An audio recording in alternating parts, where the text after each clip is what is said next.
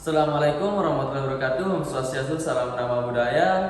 Ya, di sini kami dari kelompok 3 yang akan membahas tentang konsep hierarchical clustering algoritma untuk implementasi algoritma hierarchical clustering untuk klasterisasi dan pelanggan mall.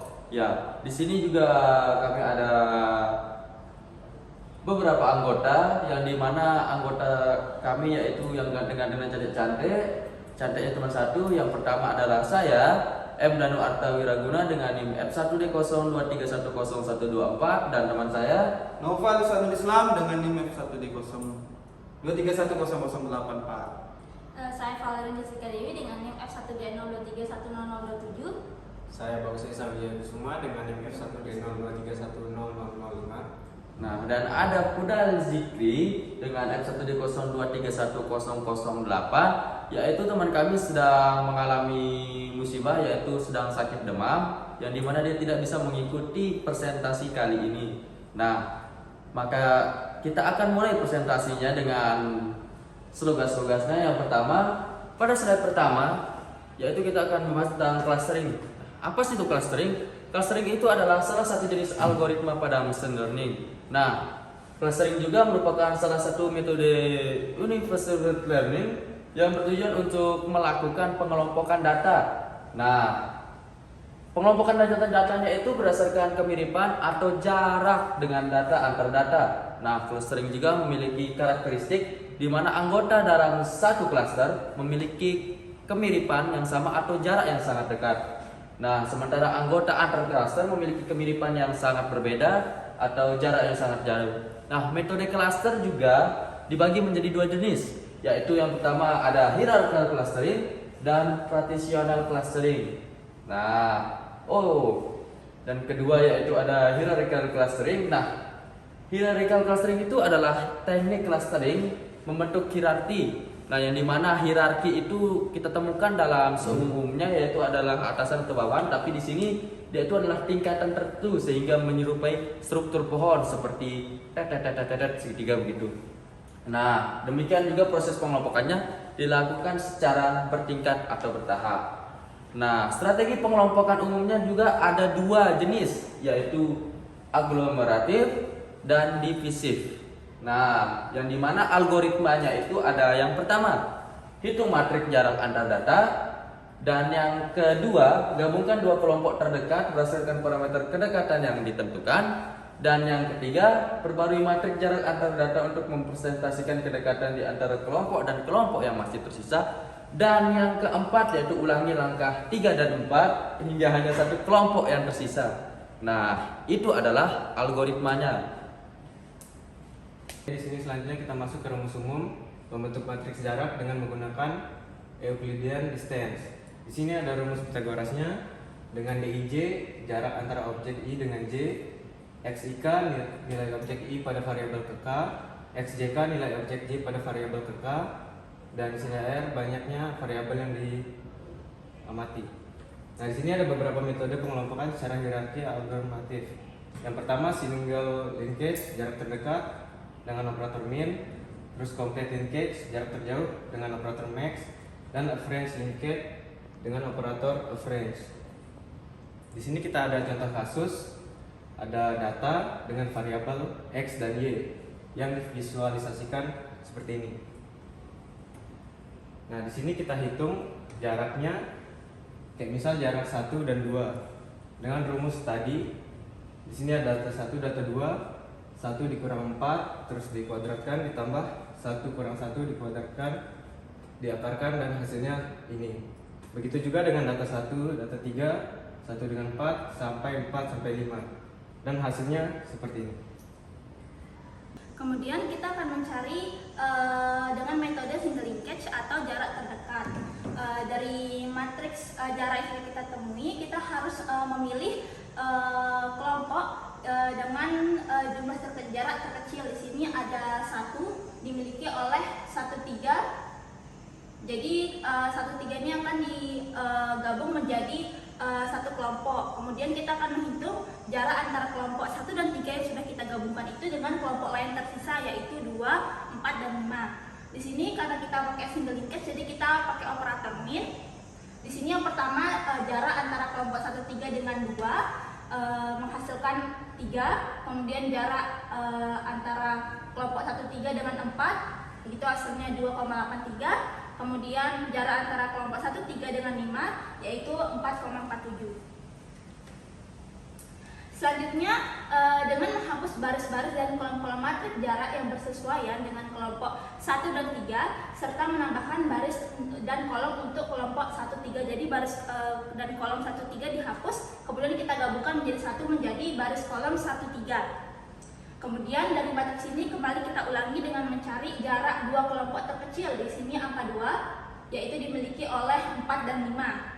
Jadi kemudian kita akan menghitung jarak kelompok 4 dan 5 ini digabungkan karena mereka memiliki jarak yang terkecil dengan kelompok lain yang tersisa yaitu 1 3 dan 2. Jadi sini sama lagi caranya yaitu mencari jarak antara kolom 45 dengan 1 3 dan 45 dengan 2. 45 dengan 1 3 menghasilkan jarak terkecilnya yaitu 2,83 dan 45 dan 2 menghasilkan jarak terkecilnya 3,61. Hal ini terus diulangi sampai nanti menghasilkan tabel seperti ini dan diagramnya seperti ini. Ini bisa dilihat klaster pertamanya 1 3, kemudian 45, kemudian 1 3 digabung menjadi 1 3 4 5 dan habis itu digabungkan dengan 2. Kemudian complete linkage ini menggunakan jarak terjauhnya sama dengan single linkage lagi, sama juga dicari jarak terkecilnya, akan tetapi di sini perbedaannya di operatornya max. Jadi karena yang terkecil adalah kelompok 1 dan 3, jadi jarak yang dicari adalah jarak antara kelompok 1 3 dengan yang tersisa yaitu 2, 4 dan 5. Sama juga yaitu kita cari jarak antar kelompok terjauh antara 13 dengan 2 ditemukan 3,16, jarak antara 13 dengan 4 ditemukan 3,6, jarak antara 13 5 ditemukan jarak terjauhnya 5. Terus diulang hingga menemukan tabel-tabel seperti itu dan hasil dendrogramnya seperti ini. Yang pertama klaster 1 3, kemudian 1 4 5, kemudian 1 3 digabung dengan 2 sehingga menghasilkan 1 3 2 dan 4 5. Sama juga dengan average linkage, tapi ini berbedanya menggunakan operator average. Sama juga dicari jarak terkecilnya yaitu 1, di mana 1 diperoleh dari kelompok 1 dan 3. Karena diperoleh 1 dan 3 digabungkan, maka akan dicari jarak 1 dan 3 dengan kelompok lain yang tersisa yaitu 2, 4 dan 5. Sama juga yaitu berarti 13 dengan 2, 13 dengan 4, 13 dengan 5. Semuanya dicari average-nya, ditemukan hasilnya seperti ini. Kemudian semuanya diulangi lagi dengan operator average, ditemukan dendrogram seperti ini. Klaster pertama adalah 1 3, kemudian klaster kedua itu 4 5 dan klaster ketiga 1 3 digabung dengan 2. Baik, selanjutnya kan di sini kita mau membuat program nih. Nah, program yang kita buat itu kita implementasikan pada algoritma hierarchy clustering untuk klasterisasi data pelanggan di mall. Nah, latar belakangnya itu kenapa sih kita pilih program ini? Pertama itu kita lihat meningkatnya jumlah perusahaan yang ada pada zaman sekarang nih.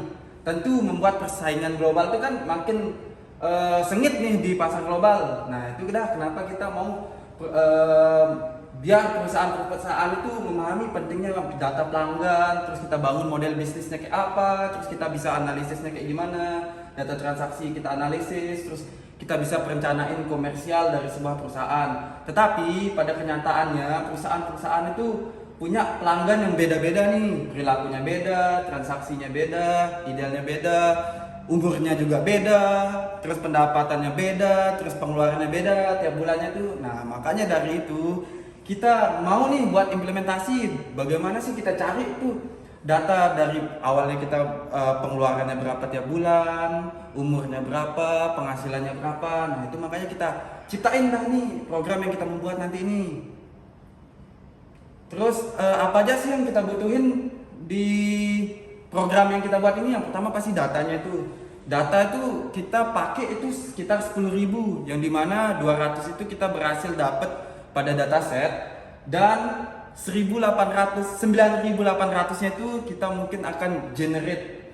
Lalu di sini kita membutuhkan 3 variabel, yang dimana 3 variabel ini yang akan kita bandingkan nanti. Yang pertama itu ada age, umurnya, itu sebagai variabel X1. Yang kedua ada income-nya per bulan, ada income-nya sebagai X2, sama spending-nya itu pengeluarannya sebagai X3. Nah, jadi di variabel-variabel itu ada kategori lagi nih yang kita butuh nih. Yang dari data itu kita lakukanlah pre-processing. Nah, dari yang tadi data yang tadi kita dapat itu variabel yang kita dapat, age yang pertama X1 itu kita bagi jadi 3 lagi kategori. Ada yang usia remaja dari 18 sampai 25 tahun, ada yang dewasa tuh 26 sampai 49, dan ada yang lansia dari 50 sampai 70 tahun nih. Nah, terus yang bagi yang X2-nya itu kategorinya itu ada pendapatan rendah dan pendapatan tinggi, yang dimana skor di bawah 76 itu rendah. Sedangkan yang di atas 76 itu kita pakai pendapatannya X2-nya tinggi. Yang ketiga kan ada spending score, yang dimana itu pengeluarannya. X3 ini 2 kategori lagi, ada yang rendah, ada yang tinggi, yang dimana spendingnya itu di bawah 50 itu masih rendah, dan yang di atas 50 itu kategorinya tinggi. Jadi metode-metode apa sih yang kita pakai? Nah, metode yang kita pakai di sini adalah average link, yang seperti dijelaskan tadi pada slide-slide sebelumnya. Jadi kenapa sih kita ambil average link ini? Untuk menggabungkan 2 cluster berdasarkan rata-rata semua jaraknya nih.